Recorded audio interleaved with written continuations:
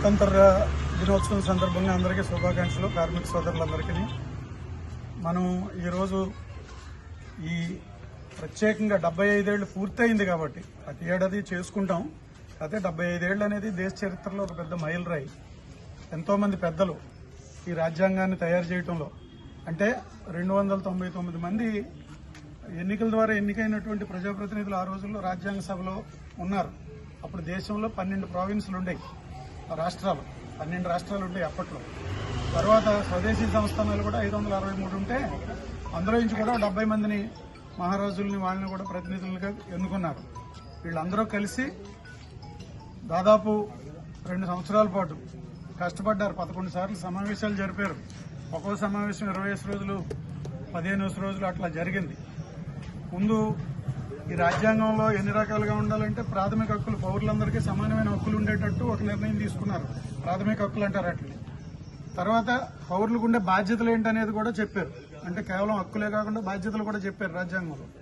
ఆ తర్వాత ప్రభుత్వం ఎలా ఉండాలి అంటే 3 రకాలుగా ప్రజాస్వామ్యంలో పార్లమెంట్ ఒకటి ఉంటుంది, కార్యనిర్వాహకులుగా ఉంటాయి ఐఏఎస్లు, ఐపీఎస్లు, ఈ అధికార యంత్రాంగం అంతా ఒకటి ఉంటుంది, తర్వాత న్యాయ వ్యవస్థ ఒకటి ఉంటుంది.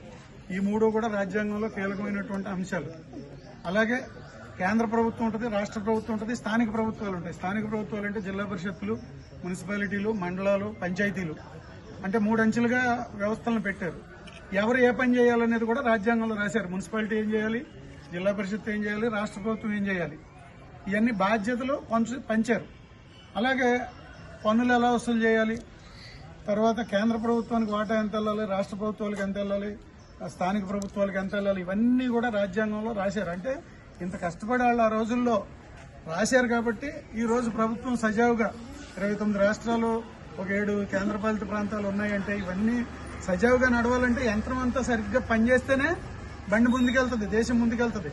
పైగా మన దేశంలో ఎన్ని భాషలు, ఎన్ని కులాలు, ఎన్ని మతాలు, 8 మతాలు, తర్వాత దాదాపు 4000 కులాలు ఉన్నాయి. లెక్కెట్టిన కులాలు 4000, లెక్క తెలియని మనకు తెలియదు. తర్వాత భాషలు దాదాపు 1784 భాషలు ఉన్నాయి, 8 మతాలు ఉన్నాయి. ఇంతమంది కలిసికట్టుగా ఈ భారతదేశం అనే మనం ఈరోజు ఏదైతే మన భారతదేశ పటం చూస్తున్నామో ఆ పటం ఇలాగ ఐకమత్యంగా ఉండాలంటే ఈ నియమాలన్నీ కూడా పాటించాలని చెప్పి రాజ్యాంగంలో ఇవన్నీ కూడా పెట్టుకున్నాం. ఇందాక మనం పీఠికలో చదివాం. ఆ పీఠికలో ఏంటంటే అందరికీ కూడా సమాన అవకాశాలు, అంటే హోదాలో కూడా ఒకటి ఎక్కువ ఒకటి తక్కువ అని లేదు. హోదాలో అందరికీ సమాన అవకాశాలు ఉండాలి.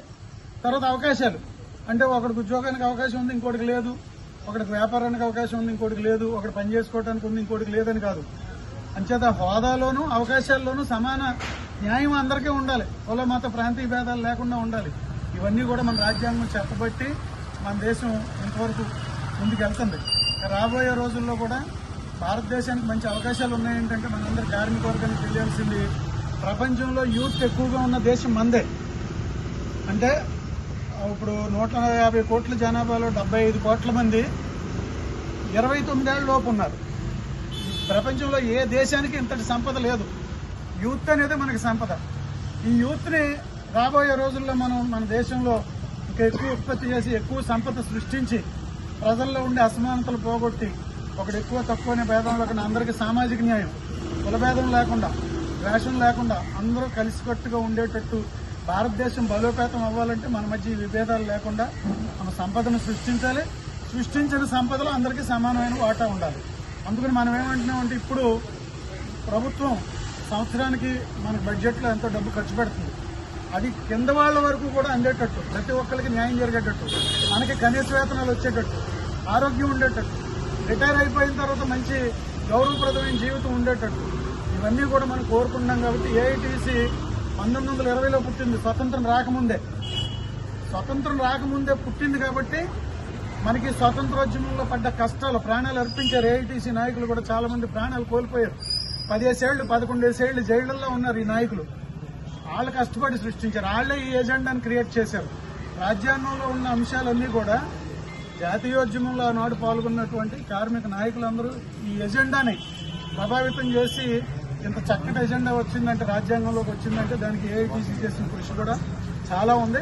అందుకే మనం స్వతంత్ర దినోత్సవం, రిపబ్లిక్ దినోత్సవం మనం సొంతంగా మన పాత్ర ఉంది. ఇందులో ఈ తయారు చేయడంలో కూడా మన పాత్ర ఉంది. రాజ్యాంగ సభలో కూడా ఏఐటీసీ నాయకులు 4 ఉన్నారు. కార్మిక వర్గానికి న్యాయం జరగాలనే సబ్జెక్ట్ ని రాజ్యాంగంలో అంబేద్కర్ గారితో పాటు గట్టిగా పోరాడినటువంటి వాళ్ళు కార్మిక నాయకులు కూడా లోపల ఉన్నారనమాట. అందువల్ల మనం సాధించుకున్నది కాబట్టి దాన్ని మనం కాపాడుకోవాలి. 75 ఏళ్లు పూర్తయిన సందర్భంగా మనం ఈరోజు ఆ పీఠికలో ఏం చెప్పారో అందరికీ న్యాయం జరగాలనే మాట ఏదైతే ఉందో దానికోసం, అలాగే మనలో తేడాలు లేకుండా వివక్ష లేకుండా అందరూ కలిసి ఉండాలనే దాంట్లో, దేశాన్ని బలోపేతం చేయటంలో, సామరస్యాన్ని పెంచడంలో